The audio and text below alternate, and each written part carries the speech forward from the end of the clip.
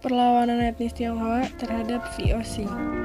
Etnis Tionghoa di Nusantara telah mendiami pesisir pantai Jawa jauh sebelum kedatangan VOC.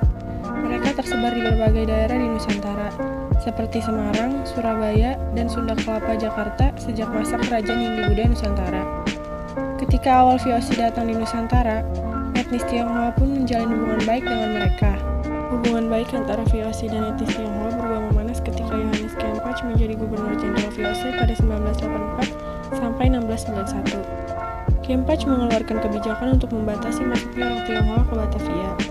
Dalam buku Tionghoa di Batavia dan Huru-Hara 1740, karya Johannes Vermeulen menyebutkan bahwa penyebab terbitnya peraturan pembatasan orang Tionghoa. Hal ini dilakukan karena meningkatnya gerombolan Tionghoa di Batavia yang melakukan tipuan kasar, pencurian, penipuan, dan tindakan kasar lainnya. VOC pada tahun 1727 juga memulangkan beberapa etnis Tionghoa yang dianggap merugikan. Latar belakang perlawanan etnis Tionghoa.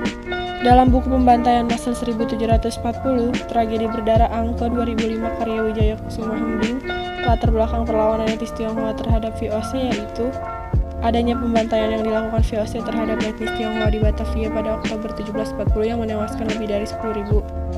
Kebijakan VOC yang melakukan tindakan kekerasan dan diskriminatif terhadap etnis Tionghoa di beberapa wilayah Nusantara. Jalannya perlawanan.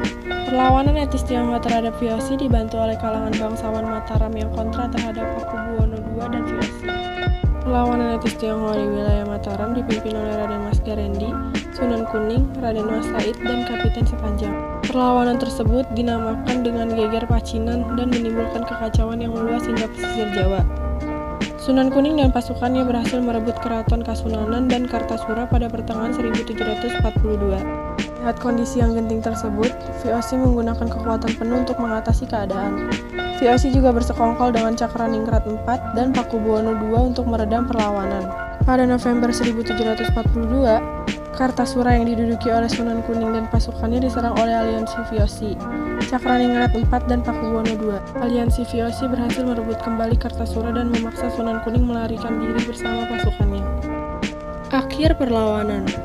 Sunan Kuning dan pasukannya menyerahkan diri pada September 1973. Hal tersebut dikarenakan Sunan Kuning dan pasukannya terdesak dan terpisah dari Kapiten Sepanjang di daerah Surabaya. Pada akhirnya, Sunan Kuning dan pasukannya diasingkan menuju Sri Lanka setelah beberapa hari ditahan di Surabaya.